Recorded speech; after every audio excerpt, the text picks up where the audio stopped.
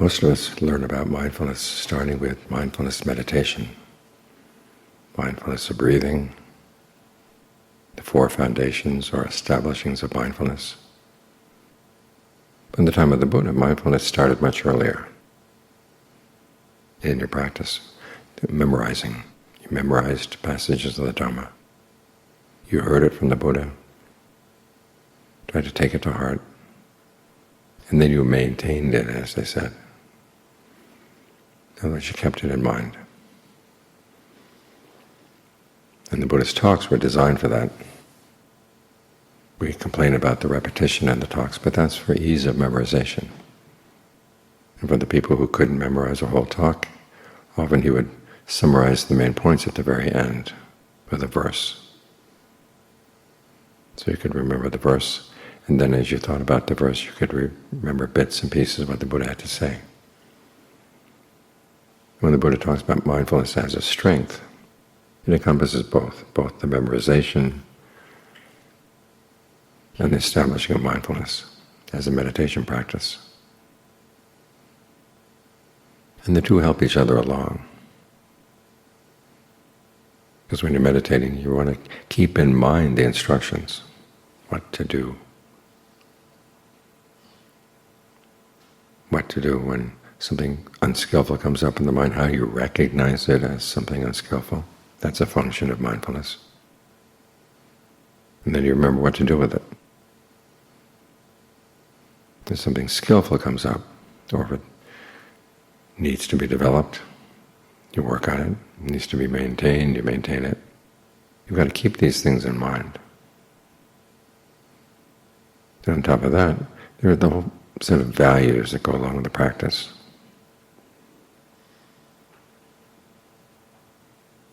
And you want to be able to keep those in mind.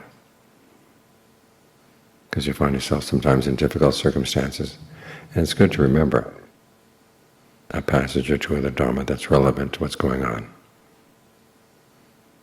so you can keep your values straight. There's a scene at the very end of Thomas Mann's novel, The Magic Mountain, where the main character suddenly finds himself thrown into the trenches of World War I. He's walking along, and words of a Schubert song come to him. And in the midst of all that misery of the war, the words of the song give him some comfort. Well, the words of the Buddha are meant to give comfort too.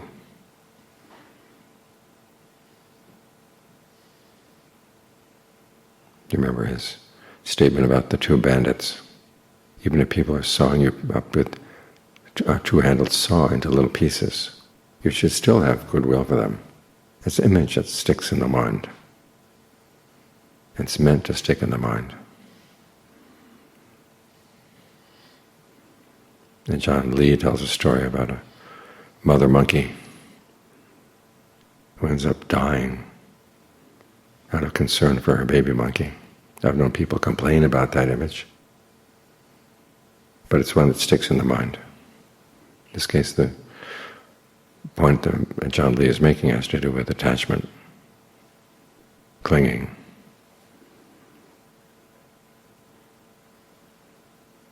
So you want to keep these images in mind. You want to keep these words in mind, because they provide you with values, even when everything else gets stripped away in your life.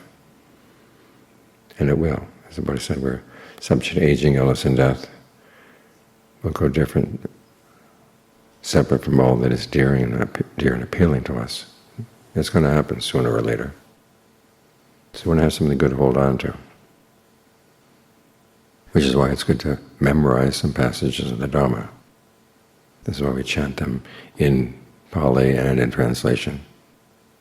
If the Pali doesn't mean much to you, well, the translation will. Then it becomes part of the rhythm of your own mind. Then, as the Buddha said, then you take that quality you've developed through memorizing passages. You get better and better at holding things in mind. It makes it easier to settle down and do the real work of the meditation. Because we're not here just to be aware of things, to watch their coming and going. Buddha wants us to be discerning, which means seeing when they come, why they come, how they come. And now we can recognize when something comes, whether it's to be developed or abandoned. That's the kind of discernment we want. And that depends on keeping things in mind. When the Buddha talks about making yourself an island in the flood, so you don't drown, it comes down to establishing mindfulness, like we're doing right now, focusing on the breath in and of itself. You want to put aside all other thoughts. And to put them aside, sometimes you just say no. And other times you remember what the Buddha had to say about the drawbacks of that kind of thinking. Sometimes you remember your own ingenuity and remind yourself of why you don't want to go to things outside of the breath right now. But you also have the Buddha's images of the quail that leaves its ancestral territory and a hawk swoops down and gets it. Or the monkeys who leave their safe space where only monkeys go, and they go into areas where human beings go as well. And they get caught, killed. Those images, again, are pretty drastic, but they're meant to give you a strong sense that you really do want to master the skill of keeping the mind with the object you've decided you want to keep it with. And it's not going to waver and it's not going to slip off. So we're here to remember what to do, and then to do it. Remember to develop skillful qualities inside, abandon unskillful ones, being alert to what we're doing, keeping in mind what we should be doing, and then being ardent in doing it well. Of those three qualities, mindfulness, alertness, ardency. Ajahn Lee focuses on the ardency as being the wisdom factor. We have this knowledge, we've memorized these things. The wise response is to want to do this well. It requires effort, but it's effort well spent. And again, to make that kind of effort, you have to remind yourself of why it's good. So memory functions in a lot of ways to keep you here, to keep you alert, to get the mind into concentration in such a way that you can develop your own discernment.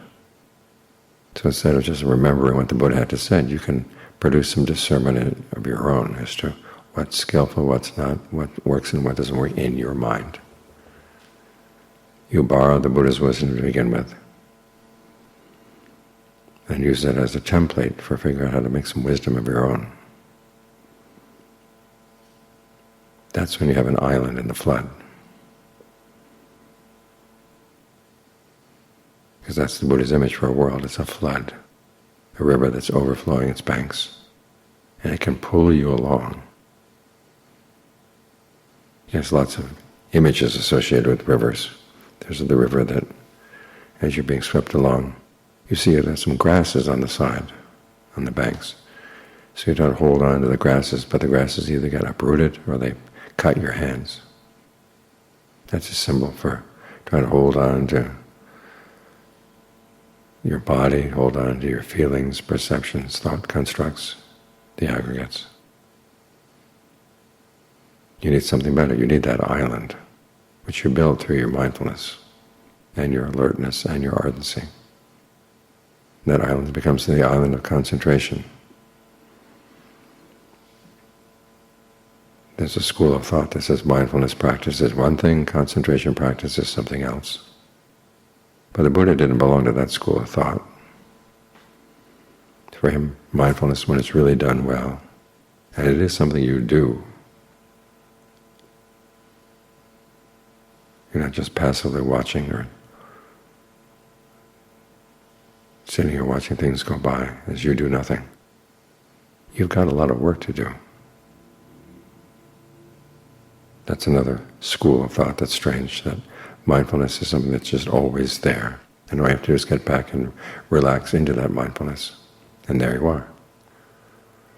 Well, where are you? You're in the aggregate of consciousness. And the Buddha said the duty with regard to that is not just to be with it, it's to kind of try to comprehend it. Figure out how you're clinging to it, and learning how you can let go. And to get that kind of discernment into what's going on, you have to learn how to take the aggregates and make them into that island of concentration. So here again, you remember what you're supposed to do and you get down to work and you do it. And this is how you become strong, through memorizing, strong through developing a memory, learning how to use your memory well.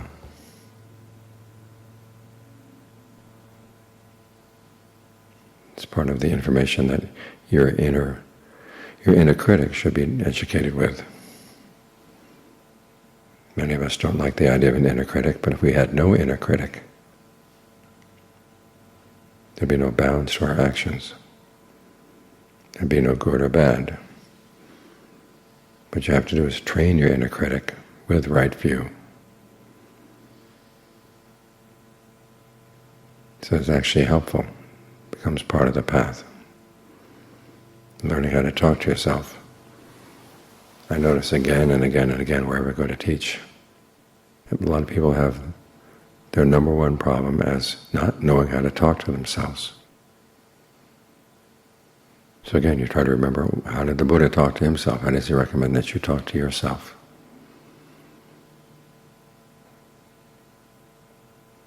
When you remember these good things, then your inner critic actually becomes part of your inner strength,